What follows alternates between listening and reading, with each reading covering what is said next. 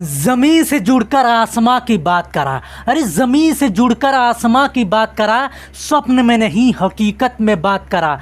तूफानों से डरते हैं बुज़दिल यारा, अरे तूफानों से डरते हैं बुज़दिल यारा, मुसीबत में वीर की तरह दो दो हाथ करा। हेलो दोस्तों, आप सभी का स्वागत है आपके अपने यूट्यूब चैनल ऑपरेशन विजय में। दोस्तों मैं हूं अखिलेश यादव। अर्थमेटिक में जैसा हम लोग पढ़ रहे हैं दोस्तों, एपी और जेपी यानी अर्थमेटिक प्रोग्रेशन और ज्योमेट्रिक प्रोग्रेशन, हिंदी में क्या कहते हैं, समांतर श्रेणी और गुरुत्वर श्रेणी। उसी के क्रम में आज का टॉपिक है दोस्तों गुरुत्वर श्रेणी। गुणोत्तर श्रेणी जिसे कहते हैं शॉर्ट में जीपी, ज्योमेट्रिक प्रोग्रेशन। ये होता क्या है दोस्तों, देखिए जैसे कि कोई सीरीज जैसे चल रही है दोस्तों, 2, 4, 8, 16, 32, 64 डाट डाट आगे इसी तरह चल गई। और एक होता है दोस्तों 2, 4, 6, 8, 10, 12 और 14, 16 डाट डाट आगे तक चला गया। अब इनमें आपको समझना है कि एपी कौन सी है, यानी कि समांतर श्रेणी कौन सी है और गुरुत्वर श्रेणी कौन सी है। तो यहाँ पे देखिए, गुरुत्वर श्रेणी उसे कहते हैं दोस्तों जो T2 अपान में T1 बराबर T3 अपान में T2 हो। आई बात समझ में। अब देखिए ये कहेंगे मास्टर होता क्या है, जो आपने लिखा T2 अपान में T1 बराबर T3 अपान में T2, ये होता है दोस्तों कि जैसे ये होता है प्रथम पद जिसे कहते हैं T1, द्वितीय पद को T2, तृतीय पद को T3, उसी तरह T4 आगे तक ये चला जाता है। अब ये होता है आपका जो है, ये भी T1 T2 होता है। समांतर श्रेणी उसे कहते हैं जिनके सभी बीच का अंतर बराबर हो, यानी कि देखिए अगर कहते T2 माइनस T1 बराबर T3 माइनस T2, तो इसे कहते हैं दोस्तों समांतर श्रेणी और इसे कहते हैं गुरुत्वर श्रेणी। जैसे देखिएगा दोस्तों, अब T2 माइनस T1 यानी कि 4 में से 2 घटाएंगे क्या आएगा, कहेंगे मास्टर 2 आएगा। और यहाँ पे T3 यानी 6 में से 4 घटाएंगे क्या आएगा, 2 आएगा, यानी 2 बराबर 2 आ रहा है ना। तो ये होता है दोस्तों समांतर श्रेणी जिसे कहते हैं शॉर्ट में एपी कहते हैं। और जीपी का क्या होता है कि दूसरे पद बटे में पहला पद यानी 4 बटे में 2 करेंगे और बराबर तीसरा पद बटे में दूसरा पद 8 बटे में 4 करेंगे। तो यहाँ से 2 से काटेंगे तो 2 आएगा, यहाँ से काटेंगे तो ये आपका आ जाएगा 2, यानी 2 बराबर 2 यहाँ पर भी आ रहा है। तो इसमें अंतर क्या होता है, ये गुणात्मक चला जाता है। देखिए इसका दुगना ये है, इसका दुगना ये है, 8 का दुगना 16 है, 16 का दुगना 32 है, यानी ये दुगना होता चला जाता है जीपी, इसे कहते हैं जीपी। लेकिन अर्थमेटिक प्रोग्रेशन में ऐसा नहीं होता है, अंतर बराबर होता चला जाता है, घटाने पे सभी का बराबर आता है। यहाँ पे 2-2 ही नहीं आके कोई भी अंतर आए, लेकिन बराबर आना चाहिए। समझ गए। चैनल पे नए हैं तो सब्सक्राइब कर लीजिए और बेल आइकन को दबा लीजिए कि आने वाले वीडियो का नोटिफिकेशन आपको मिलता रहे। अब देखिए दोस्तों, आपको ये जीपी पता चल गया यानी गुरुत्वर श्रेणी क्या होता है और एपी यानी समांतर श्रेणी क्या होता है, दोनों चीज़ पता चल गई। आज का टॉपिक है दोस्तों गुरुत्वर श्रेणी जिसे कहते हैं ज्योमेट्रिक प्रोग्रेशन कहते हैं इसको। अब देखिए इसमें क्या पता करना है, वैसे अर्थमेटिक प्रोग्रेशन समांतर श्रेणी हमने पढ़ा दिया है, नहीं देखे हैं तो उसका लिंक डिस्क्रिप्शन में दिए हैं, वहाँ से जाके देख लीजिएगा। जैसे दोस्तों इसमें निकालना हो आपको यनवा पद क्या होता है, जैसे कि 2, 4, 8, 16, 32, ठीक। इसी तरह आपसे कह दे, ये देखिए पहला पद, दूसरा पद, तीसरा पद, चौथा पद, 5वां पद। इसी तरह आपसे हम पूछ दे कि बताइए 15वां पद कौन सा होगा, 20वां पद कौन सा होगा, 25वां पद कौन सा होगा।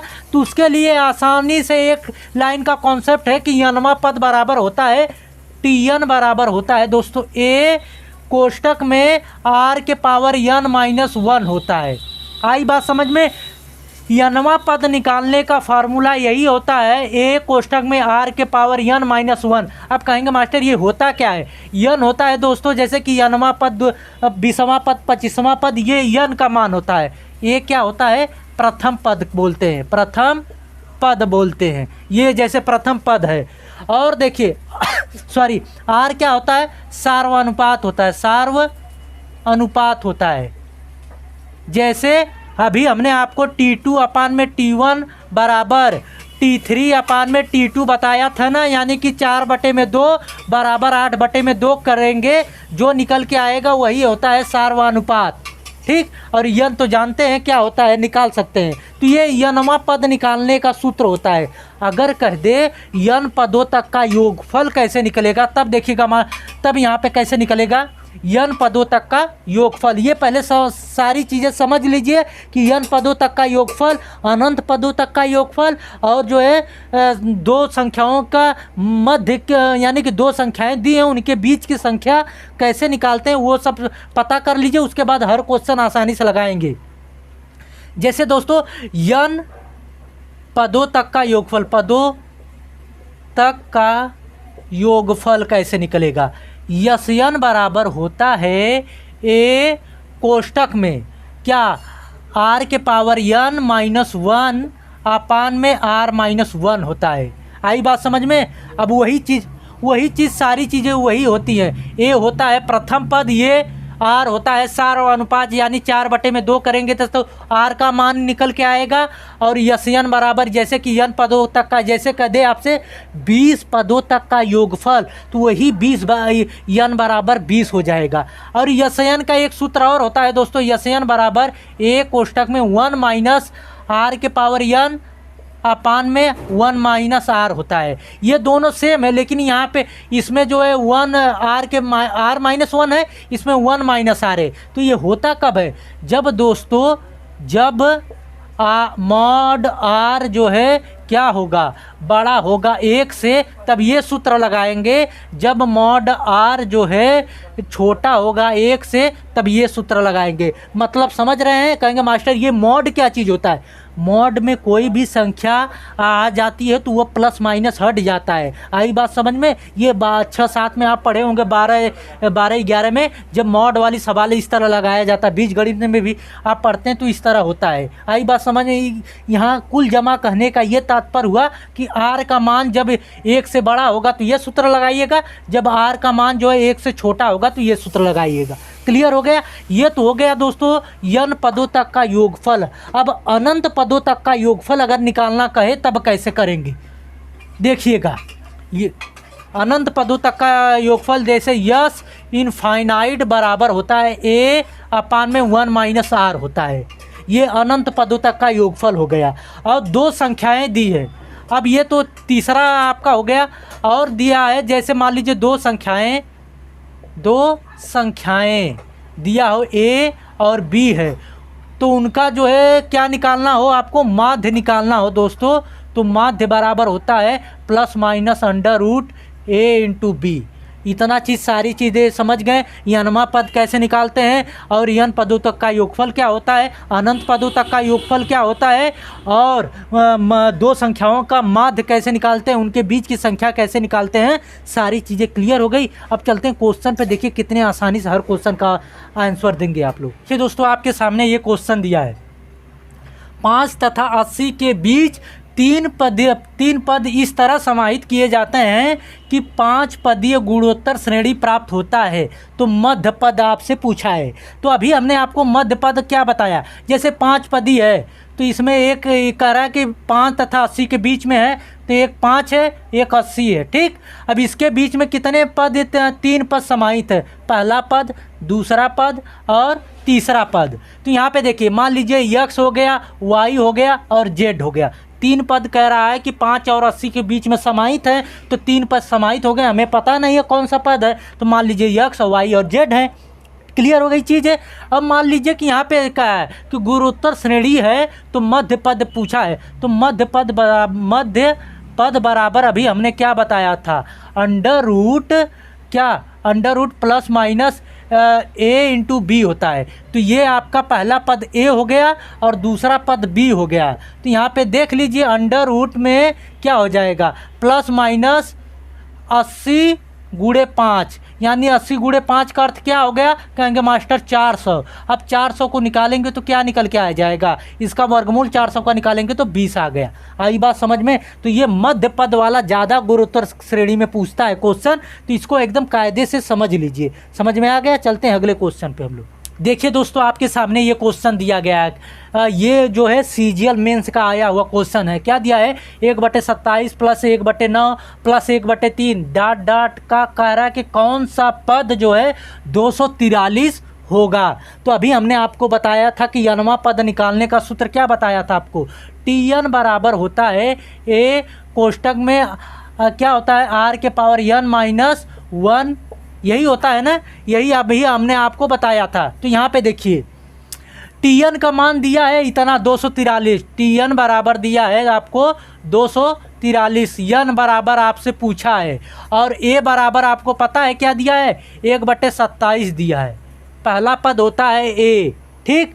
और देखिए आर का मान आपको पता होना चाहिए। आर क्या होता है दोस्तों, द्वितीय पद बटे में प्रथम पद, यानी कि T2 अपान में T1 होता है, यही होता है ना आर का बराबर। तो T2 क्या है, 1/9 बटे में 1/27, तो ये 27 चला जाएगा एकदम ऊपर, तो ये क्या हो जाएगा 27/9 हो जाएगा। यहाँ से काटेंगे तो ये आ जाएगा 3, यानी आर बराबर क्या निकल के आ गया, 3 आ गया। अब यहीं पर रख दीजिए 243 बराबर 1/27 कोष्टक में आर का मान क्या है, 3 है, n माइनस 1, ठीक। अब देखिए इतना चीज़ समझ गए। 243 को ऐसा तोड़िए कि 3 के पावर में चला जाए तो क्या हो जाएगा, कहेंगे मास्टर 3 के पावर में 5 होता है 243, मल्टीप्लाई करके देख सकते हैं बराबर।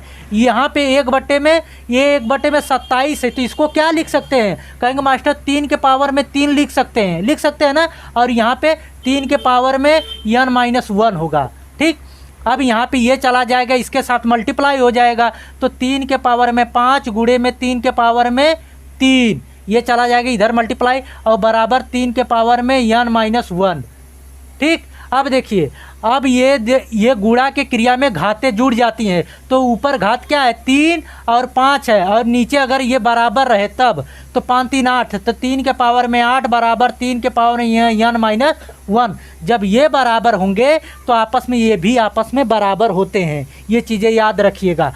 तो जब ये 3 और 3 बराबर हैं तो n माइनस 1 बराबर 8 हो जाएगा, तो n बराबर क्या निकल के आ जाएगा, कहेंगे मास्टर 9। तो यहाँ पे आपका n का मान पूछा था, तो n बराबर क्या निकल के आ गया, 9 आ गया कि नहीं। तो ऐसे हर एक क्वेश्चन का आंसर देंगे। चलते हैं अगले क्वेश्चन पे हम लोग। ये लास्ट क्वेश्चन है, क्या दिया है, एक व्यक्ति की 10वीं पीढ़ी तक के पूर्वजों की संख्या क्या होगी जबकि उनके 2 माता पिता, 4 दादा दादी, 8 जो है परदादा परदादी हैं। ये क्वेश्चन किस में आया हुआ है, यूपीएससी का आया हुआ क्वेश्चन है। तो ये कह रहा है कि 2 दादा माता पिता, 4 दादा दादी, 8 परदादा परदादी हैं। इसी तरह आगे चला जाएगा, तो इसी तरह आपसे 10वीं पीढ़ी तक के क्या पूछा है, 10वीं पीढ़ी तक के पूर्वजों की संख्या पूछा है। तो यहाँ पे क्या हो रहा है, दुगना हो रहा है कि नहीं, 2 से 4, 4 से 8 दुगना हो रहा है, तो ये हो गई आपकी श्रेणी कौन से कहलाएगी, जीपी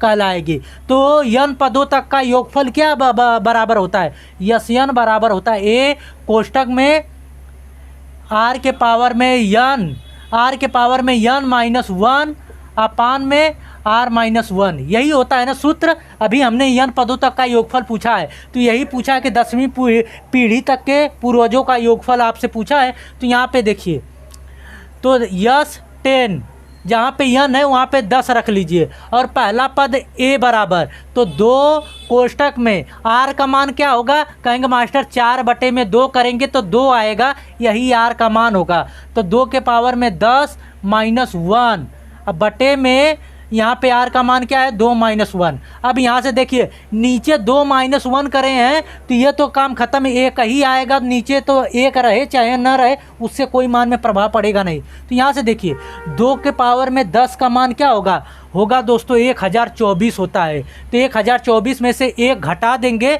तो कहेंगे मास्टर 1023 आएगा, और 1023 का इसमें 2 से मल्टीप्लाई कर दीजिए, 23 में 2 से मल्टीप्लाई करेंगे तो क्या आ जाएगा, 2046 आएगा। कहेंगे बिल्कुल, यानी कि 10 पूर्वजों तक के संख्याओं का योगफल कितना निकल के आ गया, 2046। समझ में आया? तो हर एक क्वेश्चन का इस तरह आप आंसर दे देंगे।